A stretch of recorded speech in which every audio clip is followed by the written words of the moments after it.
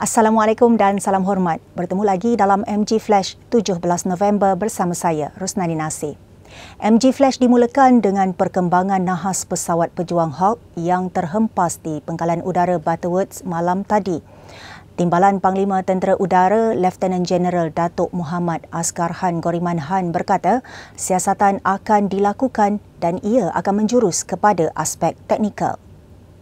Beliau berkata demikian kepada media di Perkarangan Hospital Seberang Jaya HSJ awal pagi tadi. Ketika ditanya mengenai keadaan mangsa yang cedera, Muhammad Asgarhan bagaimanapun enggan mengulas. Terdahulu Muhammad Asgarhan tiba di HSJ kira-kira jam 1.52 pagi. Dalam kejadian jam 10.07 malam tadi, seorang juruterbang maut manakala seorang lagi cedera selepas pesawat pejuang Hawk milik TUDM terhempas. Markas Tentera Udara dalam kenyataannya mengesahkan identiti mangsa yang maut sebagai Kapten Muhammad Afendi Bustami, manakala juruterbang yang cedera ialah Major Muhammad Faris Omar. Sementara itu, salah seorang saksi yang berada tidak jauh dari pangkalan TUDM bercerita mengenai nahas yang berlaku.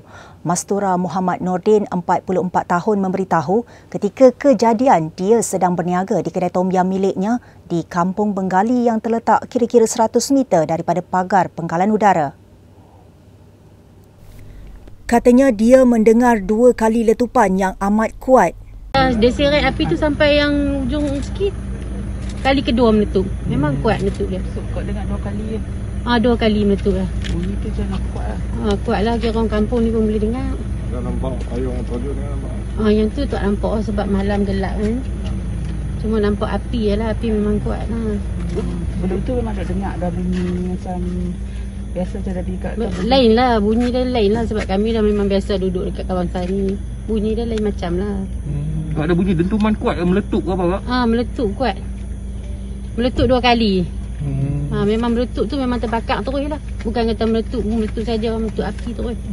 Katanya ketika itu dia berlari keluar dari kedai untuk melihat apa yang berlaku. Berita seterusnya, 95 orang pendatang asing tanpa izin telah ditahan atas kesalahan memiliki dokumen tidak sah ketika operasi penguatkuasaan dibuat di Jalan Dewan Sultan Sulaiman I, Ibu Negara bermula 12.10 tengah malam hingga 2 pagi tadi.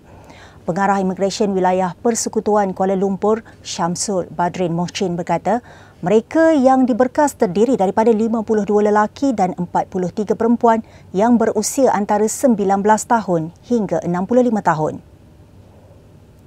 Jelasnya sebelum operasi dibuat, pihak imigresen mengambil masa lama dengan melakukan risikan dan memantau aktiviti serta pergerakan parti di kawasan berkenaan. Tengok tadi cleaner, construction lah yang banyaknya.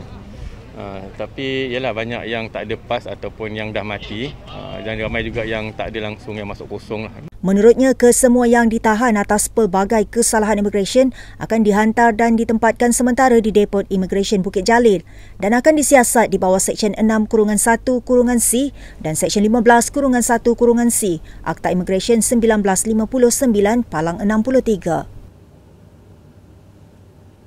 Berita berikutnya. Sehingga tengah malam tadi, Kementerian Kesihatan Malaysia KKM melaporkan 40 kematian baharu akibat jangkitan COVID-19. Menurut data KKM di portal COVID Now, 7 daripada 40 kes kematian yang dilaporkan berlaku di luar hospital atau Birth Index BID. Kes kematian dilaporkan itu turut melibatkan sejumlah kes tertunggak dengan ada antara kes meninggal dunia beberapa minggu lalu. Ia berikutan proses pengesahan sama ada pesakit COVID-19 meninggal dunia akibat pandemik tersebut mengambil masa. Pertambahan itu menjadikan jumlah keseluruhan kematian disebabkan wabak meningkat kepada 29,769 daripada 2,551,250 kes positif COVID-19 yang dikesan sebelum ini. Sementara itu, terdapat 65,316 kes aktif COVID-19 di seluruh negara. Daripada jumlah itu, 50,765 individu atau 77.7% daripadanya sedang menjalani kuarantin di rumah.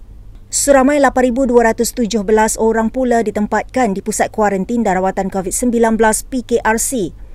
Sebanyak 5,789 kes dirawat di hospital dan 545 pesakit ditempatkan di unit rawatan rapi ICU. Kes ICU membabitkan 281 pesakit memerlukan bantuan pernafasan dan 264 lagi memerlukan mesin ventilator. Dalam pada itu, gelombang baharu COVID-19 dijangka akan berulang semula di negara ini pada bulan depan. Amaran itu diberikan salah seorang pegawai perubatan melalui ciapan di laman Twitternya.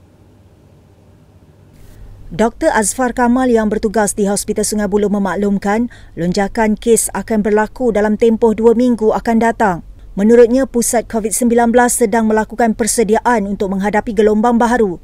Sehubungan itu, dia merayu orang ramai supaya mengamalkan prosedur operasi standard SOP, basuh tangan dan jaga jarak selain memakai pelitup muka sepanjang masa. Manakala bagi mereka yang bakal ke luar negara, dapatkan dos penggalak segera.